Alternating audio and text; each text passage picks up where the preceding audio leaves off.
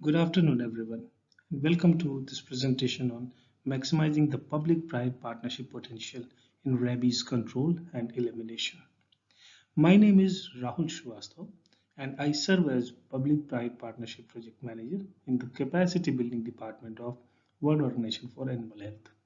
In the next 15 minutes, we will explore how PPPs can be effectively utilized to combat rabies, which is a significant public health concern globally. So this presentation is divided in three parts. So first part will take care of how WOA is doing capacity building, especially on PPPs. Second part will deal into the opportunities for PPPs in rabies control and elimination. And the third part will give you some examples how PPPs are helping this initiative at global as well as at national level. So let's start with the first section and see how WAR's capacity building initiatives are helping public-private partnerships. So let's start with the previous pathway, which is WAR's flagship capacity building program for the sustainable improvement of national veterinary services. Using a standardized tool comprised of 45 critical competencies, the previous evaluation of national veterinaries serves to establish a picture of a country's situation, identify its strength and weaknesses, and make recommendations for improvement and investment.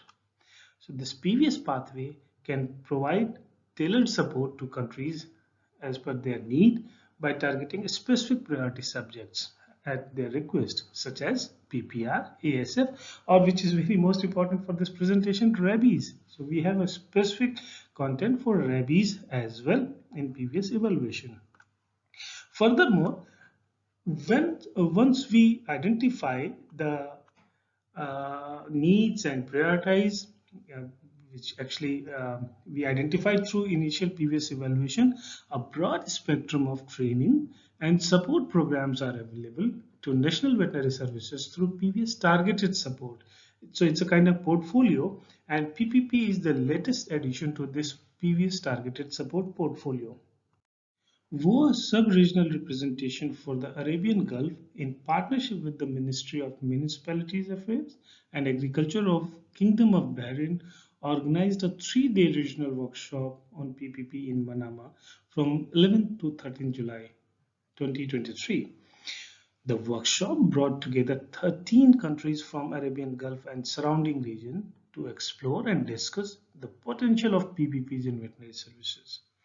The event aimed to foster collaboration between public and private sectors to strengthen animal health, food safety, disease control, and veterinary workforce development.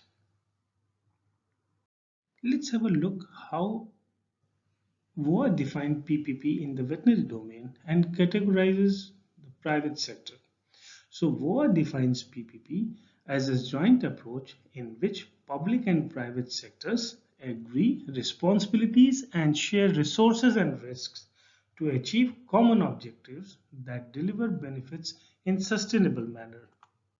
And look at the private sector, we categorize all the stakeholder in two clear-cut domain. One is public sector and one is private sector. So as you know, public sector comprises all entities owned by the government, whereas private sector include all stakeholders not governed by government. The private sector include the private service provider, be it veterinarians, veterinary paraprofessionals, community animal health worker, or producers or animal owners, different NGOs, welfare groups, and the companies who are providing various veterinary inputs or processing. So all these stakeholders, are the part of private sector. And to build this partnership capacity of the public and private sector both, WOA came up with various tools. So most notably, it's our handbook, the PPP handbook, which is a kind of guideline for all implementers, and it is applicable for be it policymakers or executive leaders or implementers. We also came up with e-learning modules and PPP database, which is a kind of open access collaborative database which covers more than 100 PPP cases worldwide. And Let's come to let's have a closer look how PPPs can be helpful in our veterinary services improvement. So, in one of our studies, stakeholders from 76 countries, both public and private sector, identified specific objectives for PPPs, and top four relevant areas were vaccination, veterinary service delivery, third, sensitization mobilization, and fourth, epidemiological surveillance. And when it comes to controlling and eliminating rabies, all these four areas are crucial for PPPs. Now let's move to the next section where and see how PPPs can help in rabies control and elimination. And let's continue our stakeholder discussion and identify stakeholders in rabies control and elimination. So, since it's 100% vaccine preventable disease, the most important aspect in this is the availability of effective and affordable vaccine.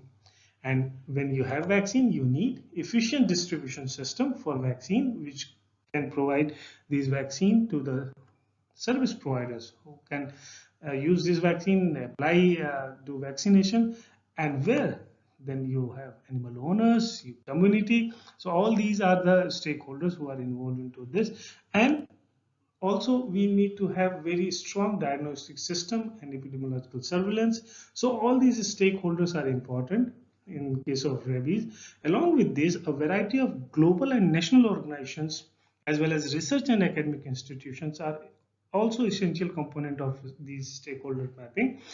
And end of the day, if you have a look, for everything you need financial partners who can mobilize resources for activities of all these initiatives. First, we have understood the stakeholders. Now, let's try to understand the PPP opportunities related to these stakeholders. So, as we said, the first and important part is our vaccine. So, PPPs are really helpful in developing new vaccines as well as large scale production. PPP also served as a very important tool in distributing and creating reliable supply chain.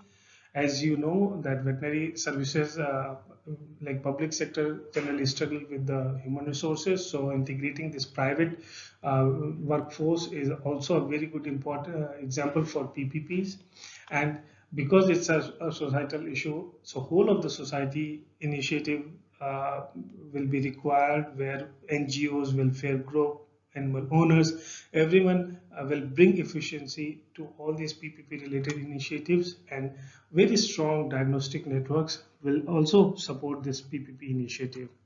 And as I said earlier about other stakeholders, which like global and international organizations, they can support recommendations and global strategies which can be transformed into the national control policies through various national policymakers.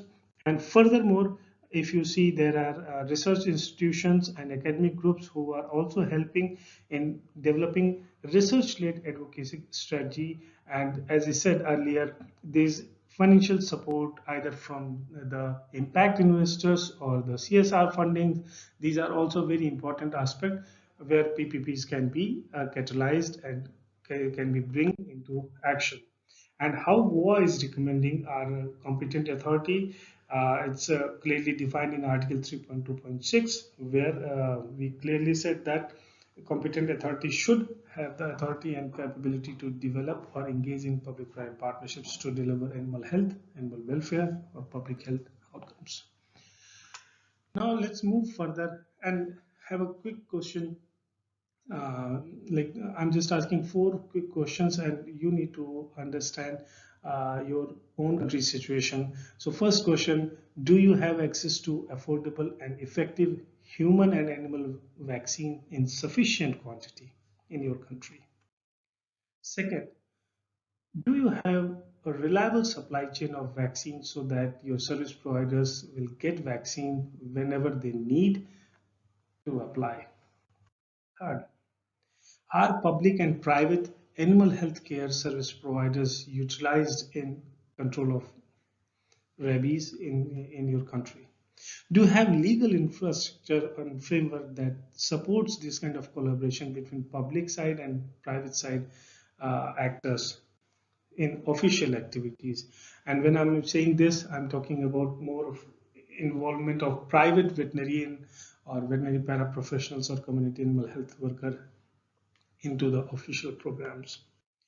And the last question related to infrastructure, diagnostic infrastructure. Are public and private laboratories or network are being used to improve veterinary services, especially rabies prevention and control? And when I'm saying about this infrastructure networks, it covers all the aspects related to equipments, consumable, personnel, and sample throughput. So you need to look at all these areas and you will clearly identify some of the avenues where PPPs can help you out. But now let's move to the next section, which is primarily on responsible dog ownership and dog population management. As you know, WOA is promoting responsible dog ownership as a mean to control and eliminate rabies. But very specifically, Chapter 7.7 describe the dog population management aspects. And in this chapter, already you have seen in previous speakers talk that they described about this chapter. I'll Let's have a look of this chapter again from the lens of PPP in dog population management. So let's start with the stakeholder, as two articles 7.7.7 and 7.7.8 describe these stakeholders, and you can clearly see that these stakeholders are coming from public as well as private sector. Let's see three activities of dog population management program, starting from development to assessment and planning and monitoring and evaluation. All these activities have PPP component, and these are described in these three articles. And these stakeholders and activities can be performed in the regulatory framework, which is clearly articulated in this article of 7.7.9. And along with this, there are 10 DPM measures which clearly defined in Article 7.7.13. And out of these 10 measures, I have selected 6 areas where PPP has a very clear-cut role to play. And these areas are registration and identification of dog. Second, regulation of commercial dog breeding and sale. Reproductive control. Third, the initiatives on catch, neuter, vaccinate, and return. And very important aspect related to education on safe dog-human interaction. And the last one, dog capture, handling, and housing. And you all must have seen with the previous discussions that there are involvement of public and private sector both. So we need to look into all these activities, how best we can utilize public as well as private stakeholders to bring efficiency in rabies control and elimination program. Now, let's have a look on some of the examples, how some of the initiatives are helping this PPR revision elimination. So, I would like to highlight two major initiatives where WOA is playing a very crucial role. First initiative is United Against Rabies, which is a very good example of PPP at global level. The United Against Rabies Forum is an inclusive network of public and private stakeholder organizations, experts, development partners, and civil society committed to working together to end human deaths from rabies, dog-mediated rabies. And this is a very good forum, and I think yesterday you have seen one of presenter have described about this forum. And let's move to another initiative, very important initiative from WOA. It's a WOA rabies vaccine bank. So since 2012, WOA has established this vaccine bank for dog vaccination against rabies and provide support to its member upon request. With the financial support of Australia, Canada, and European Union, France, Germany, and Japan, WOA had facilitated the delivery of dog rabies vaccine to 37 countries, mainly in Africa and Asia. Approximately 27 million dose vaccines have been delivered through rabies vaccine bank. And now let's see three national initiatives. I have taken three examples on three different dimensions. So first example is from I've taken from database from Philippines. It's about strengthening supply chain through PPP to ensure access of rabies vaccine in remote areas. The agreement is between Philippines government and a private company, and it aims to help local government units in distant areas acquire anti-rabies vaccine from the national government. And this initiative was started in 2007. The mechanism was a kind of MOU was there, and this activity is still going on. And you can find various success stories from Philippines about the collaboration. Next story I will talk about responsible dog ownership. This PPP case is reported from Hungary, a partnership between National Food Chain Safety Office and one NGO to operate a new pet finder smartphone application in Hungary. This application allows user to find the closest microchip scanner to where a lost dog is found. The foundation installed the scanner in venues with long working hours such as restaurant, similar touristic place. And since it's launched, the application has had dozens of thousands of download, and its map-based finder is used by thousands of people every day. And this initiative is very interesting initiative. If you look at it, since 2014, still ongoing. Lots of benefits are attained by all the stakeholders. And the last story, I'm talking about animal health information system from Indonesia, which is a very good initiative started 2012, still ongoing, and you can see various reports and success stories of this PPP, how this animal health information system is bringing efficiency in improving animal health services in Indonesia and covering variety of diseases including rabies. And I'll not take too much of time. You can explore this on our database as well as some reports. And with this, I'll conclude my presentation. And as you have seen, that PPP is just not a theoretical construct, but a proven tool that bring efficiency and enhance service delivery. So we must take advantage of all the existing technical resources either from UAR, United Against Rabies, or VOA. And also we invite you to further engage with VOA capacity building initiatives to explore other tools. With this, I'll say thank you very much for your attention.